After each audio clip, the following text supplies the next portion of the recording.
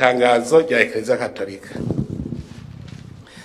Nagira mbere ndabashimire nabo nyene kuko imbere yuko rirya tangazo risohoka je bararindongiki bacambwira ngo hariho ngo utunenge tumwe ngo twabonetse ngo dushobora kuzokosorwa mu yandi matora azokurikira. Ico naciye ndabishira ubwo nyene nabwiye nti ndasavye izo nderetse zose aho zagiye mu ndungikire tableau ibiro kuyindi muza muravuga icyahabaye gutyo twebwe bituma tumenya ko utunenge twabaye ntituze dusubire kuko duca tutugwanya.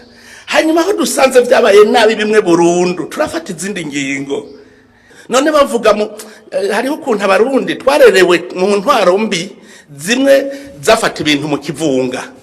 Ubu harageze ko umuntu avuga ati ahanaka harabaye iki tuje gusuzuma kuko natwe dushaka ibintu bigenda neza. Ikindi umenga ayo matora nayo umugambwe amatora nayo igihugu cyose igihugu gihagarariye abene gihugu bose seni n'umugwi. Reka ndabakarorero ku mupira iyo bari kwagira ikigaro mu mupira arbitre burya muzi yuko ata equipe itsinza nezerwa mugabo ararubitra.